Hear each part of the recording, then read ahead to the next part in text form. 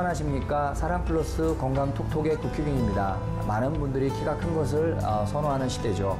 외래에서 진료보다 보면 내가 키가 작은 것은 엄마 아빠 탓이야, 이렇게 유전적 탓을 하는 경우가 있고요. 하나님을 원망하는 분들도 있습니다. 과연 그럴까요? 먼저 답을 말씀드리면 그렇지 않습니다.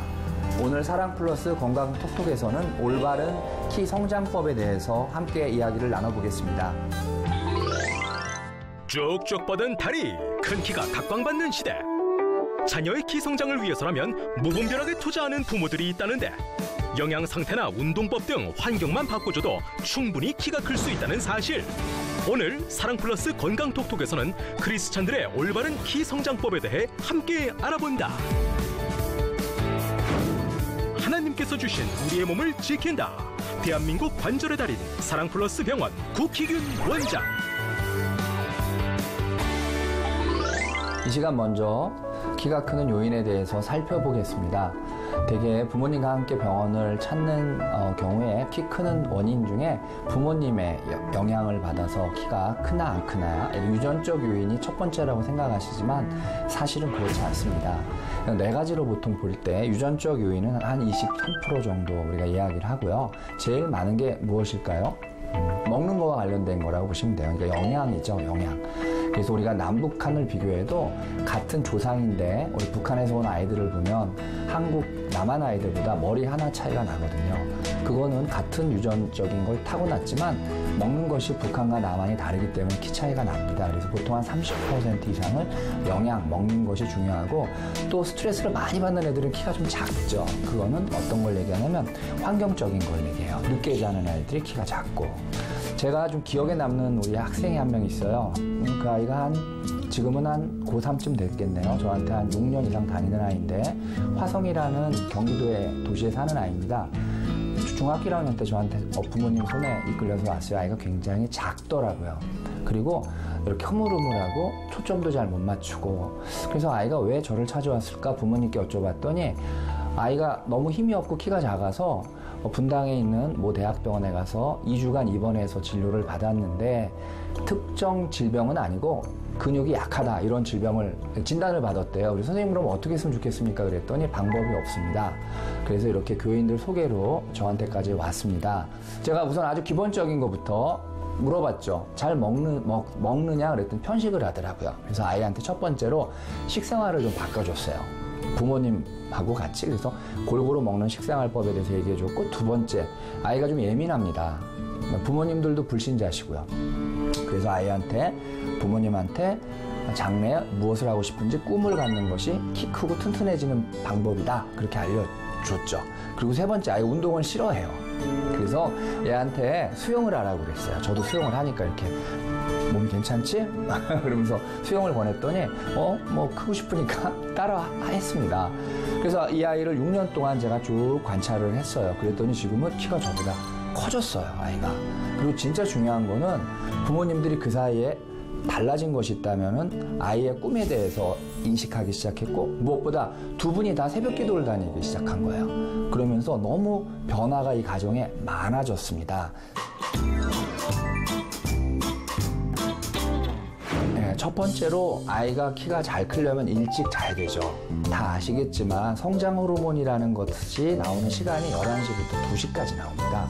그 시기에 잘 자주면은 아이들이 키가 쑥쑥 크죠. 저희 집 아이들도 가장 키가 많이 컸던 게 제가 새벽기도 다닐 때요. 왜냐면 새벽기도 가야 되기 때문에 일찍 잤어요, 식구들이. 그때가 되게 보면 방학 때지 않습니까? 그러면 애들이 갑자기 5cm, 6cm 많이 컸던 기억이 납니다. 두 번째로는, 너무 스트레스를 많이 받으면 성장 호르몬이 나오다가 스트레스 호르몬에 눌려서 키가 크지 않습니다. 근데 지금 성도 여러분도 아시지만 우리나라 교육제도 가운데 스트레스 안 받고 클 아이들이 있겠습니까? 저희 집 아이들도 그런데. 근데 아무리 환경이 스트레스를 줘도 장래 꿈이 분명한 아이들은 그 스트레스를 이겨낼 수 있거든요. 정말 키가 크고 싶으면 성장 클리닉 다니면서 성장 호르몬 주사를 맞으실 게 아니라 아이들의 꿈을 분명히 심어주시게 가족들이 함께 기도하고 꿈을 찾아준다면 환경이 아무리 어렵고 힘들어도 아이들이 그걸 거뜬히 이겨내고 키가 부쩍부쩍 클 겁니다. 무엇보다 진짜 중요한 것 중에 하나는 잘 먹는 거죠. 아이들한테만 나쁜 거 먹지 말라 그러지 마시고 온 가족이 패스트푸드들은 피하고 가능하면 성장기 때는 부모님이 엄마가 음식을 만들어서 식단을 잘 짜서 아이들한테 골고루 먹는 훈련을 시켜주시는 것이 중요하고요. 저도 아이들이 클 때 함께 운동했던 기억이 많이 나요. 함께 수영도 하고 배드민턴도 치고 체조도 하고 저도 키가 4cm까지 커진 적이 3년 전에 있었습니다. 첫 번째는 우리가 성인이 되면은 하는 일 가운데 몸이 삐뚤어지거든요. 저는 이렇게 삐뚤어졌었어요. 근데 이거를 잡죠. 그걸 우리가 체형 교정이라고 하죠. 그리고 체형 교정을 한 다음에 우리 몸에 약해진 관절 주변의 근육을 강화시키는 운동을 해주면은 키가 최소 3cm 이상 크거든요. 그게 숨은 키를 찾는 운동이라고 합니다. 그래서 우리 성도 여러분들께서도 키가 3, 4cm 정도는 덤으로 더 커지실 수 있기 때문에 숨은 키를 회복하는 운동을 한번 해보시기 바랍니다.